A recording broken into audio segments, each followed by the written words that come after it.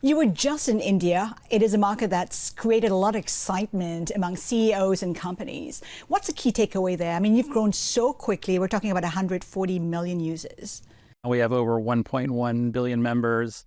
7 people are signing up for LinkedIn every second, and 140 million of them are in India. We're seeing tremendous growth in the product. Not only people signing up, but the Indian population is over-indexing on all the things that really matter for someone to navigate their career. They over-index on networking, they over-index on job searching, and they over-index over 50% versus anywhere else across the globe on learning. It's a culture that's really, you can just feel the energy when you're there. People that are really trying to move the economy forward, the labor market forward, and there's just a lot of excitement and energy in India right now. Is there anything you're seeing in India that is a reflection of the rest of Asia or the world in terms of trends that you're seeing from the data that you have? One of the things that I've learned a lot while I'm in Asia this week that I didn't think I'd recognize before I came here was we've historically built LinkedIn, and I think a lot of folks in the Silicon Valley have built products with the US user in mind and then figured out how to scale that globally potentially. What's happening right now, and especially in India and Indonesia with the younger population, they're starting to lead the trend on how technology can and should be used. So I sat down with a bunch of creators in India yesterday who are using LinkedIn to share professional video on the platform. And the insights that I got out of these folks in India, I think are going to be some of the things that lead the way for how the entire product will work moving forward. So now, for the first time, there's been a focus on real India or, Indonesia leading the way in terms of what the product portfolio looks like. So that's one insight. Number two, if you take a step back on LinkedIn, underneath that graph, there's a ton of data.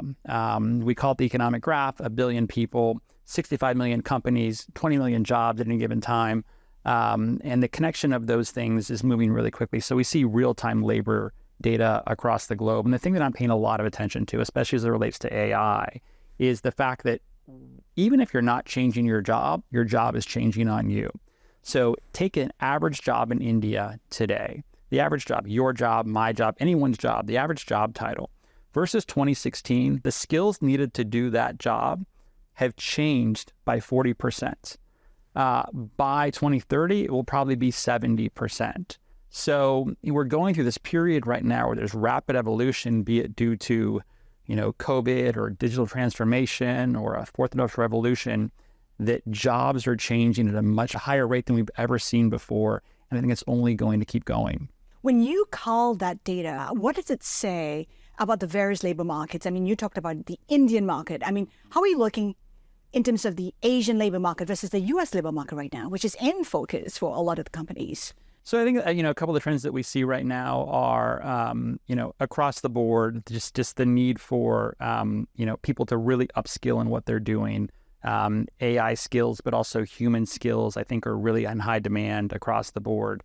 For the first time on LinkedIn, we're seeing a lot of growth outside of kind of the core knowledge worker, and that's especially happening in India and Indonesia. So small business owners, freelancers are really starting to gravitate towards the platform. So the more people that join, 7 per second, just the more insights we have across the globe. And it's really interesting to see those patterns. But for me, really the idea that, again, if you're not changing your job is even changing on you. It's just a really important thing for people to grasp right now, especially as AI takes more shape in the labor market. So is the labor market resilient, for example, in the US?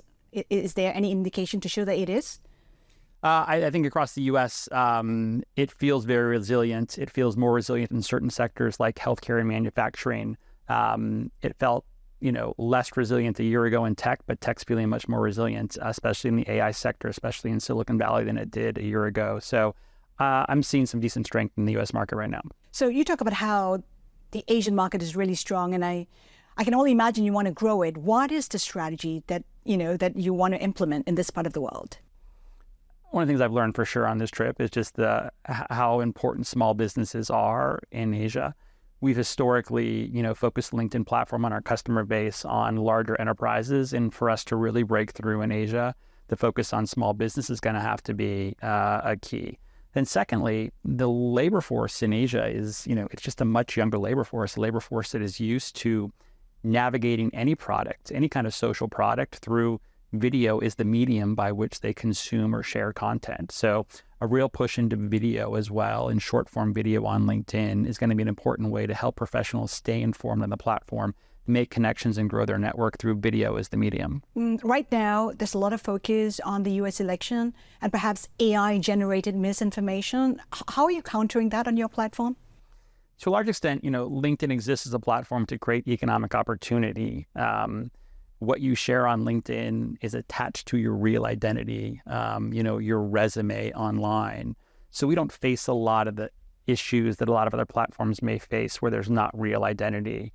But to the extent that, we still have a lot of the same, trust in place across the board, through AI and human review, things get reported. But there's not a lot of political content on LinkedIn. In fact, in 2018, we actually, disallowed political advertising altogether on LinkedIn. So it's not really a place where, politics are happening. From the data that you've collated, from the trends that you're seeing on LinkedIn, what would be the jobs of the future?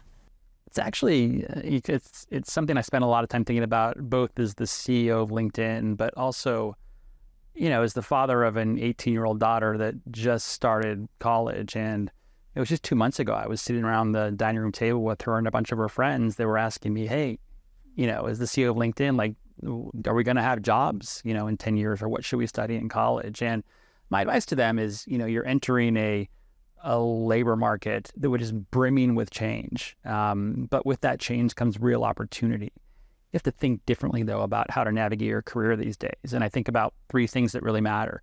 Number one, the most important skill that matters right now in the world, in my opinion, is, quite frankly, learning how to learn, being adaptable, embracing change. All these new AI tools are coming out. When they come out, learn them, use them, try them. If you're stuck in the old ways and the world's moving around you, you're not going to be successful. Number 2, don't forget the human element, compassion, empathy, human judgment, ethical judgment. If you can get really good at those things, understanding how to communicate, that can really help you stand out in the labor market, because it's not just going to be about AI.